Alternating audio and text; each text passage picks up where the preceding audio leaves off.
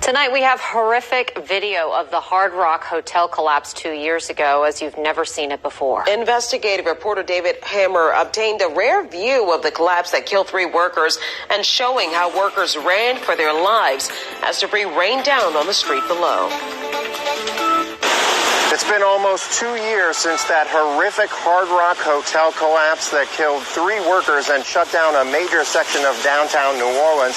Now, we've shown you video and design documents that could explain why this tragedy occurred, but never anything like this. Video we just obtained shows the entire collapse from before it started from above. Now, we've shown you video of the collapse near the end as the buck joist, the temporary elevator, collapsed onto Rampart Street. But this is video from the roof of 1010 Common Street on the other side of Canal Street looking down. It starts 12 seconds before the collapse starts on the 18th floor rooftop on the opposite corner of the building at Rampart and Iberville Streets, and 25 seconds before the buck joist topples over and punctures a hole in the roof of the Sanger Theater across Rampart.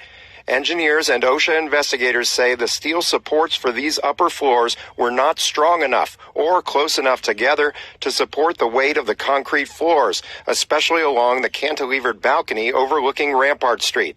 This is October 12, 2019, only 7 days after the rooftop concrete was poured. And look at all the heavy construction equipment along that edge of the rooftop. As it collapses, you can see debris flying onto Rampart Street and cars quickly pulling over to the right and away. This was a Saturday morning, and it's lucky no drivers or pedestrians were seriously injured. But back it up again and look as the building starts collapsing from the back to the front, nearing Canal Street. Those steel supports buckling under the weight of the floors above them.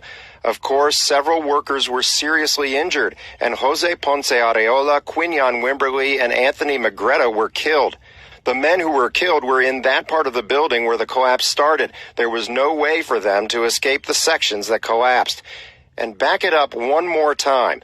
5 seconds after the collapse, you can see the workers who were working far enough into the center of the building were able to run away to the right of your TV screen as the Rampart Street edge sheared off. Then the cascading disaster continues. The yellow tower cranes start to sway as the building falls apart, and the building materials stacked on the upper floors begin to slide off, plummeting to Rampart Street below. Dust fills the air.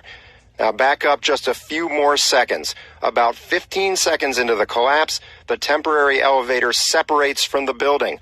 Look just to the left of the yellow cranes, and you'll see the elevator start tipping over Rampart Street. Now watch it again.